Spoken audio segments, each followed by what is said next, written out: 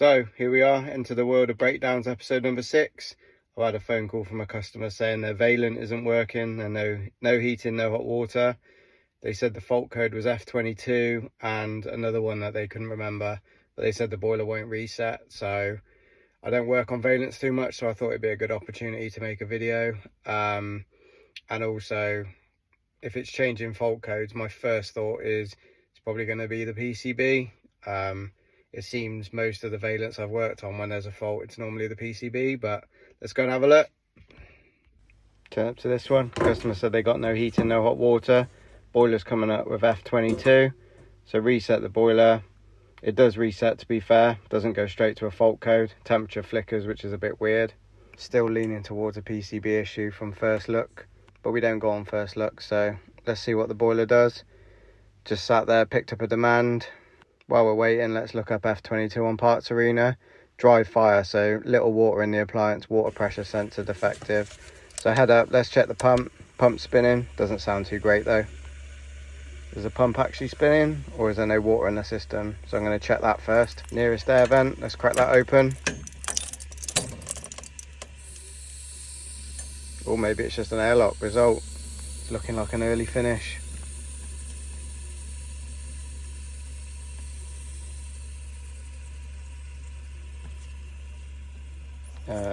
No, maybe not. So the air's stopped and there's no water, which means there's no pressure in the system. This system is tank fed as well, so it's not pressurized. So let's head for the header tank.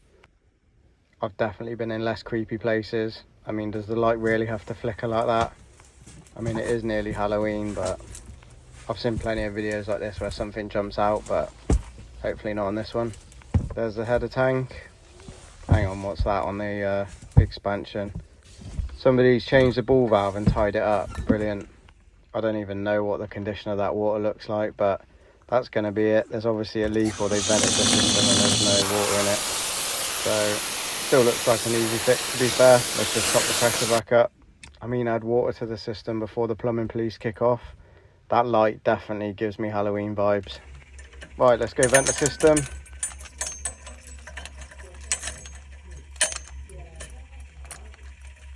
Oh, brilliant. Still no air and still no water. Benefit of the doubt, is it blocked? Let's take the pin all the way out and see. I mean, the pump still doesn't sound happy. Let's go check a radiator, see if there's any water at all in the system.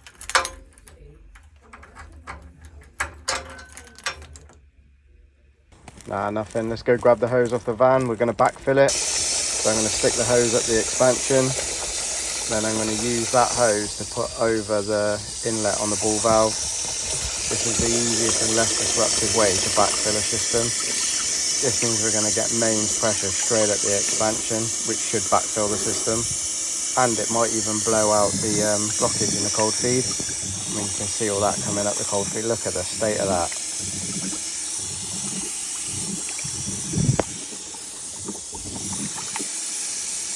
Yeah, wow, look at that water. This definitely needs a flush.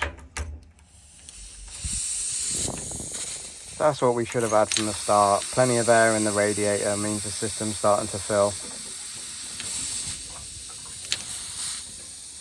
So I'll just go around and fill the system, as long as the pressure holds up.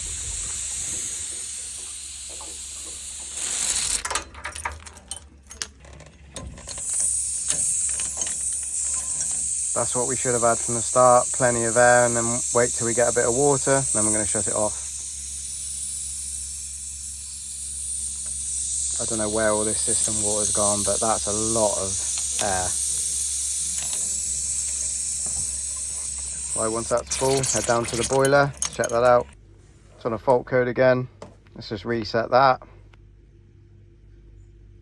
So it resets the same as before, which is always a good start. You can see it's picked up a demand. Green light means go, or in this case, blue LCD screen with a little flame symbol. All means the same thing though. Boiler's firing up, sounds a lot healthier. I mean, in all fairness, the system condition isn't great, but it's on and working.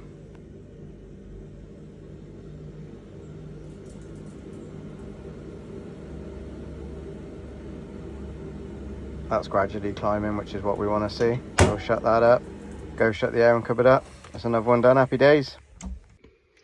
Wow, that's another happy customer. They are much happier than having to pay for a new PCB. But it just goes to show with breakdowns, you just never know.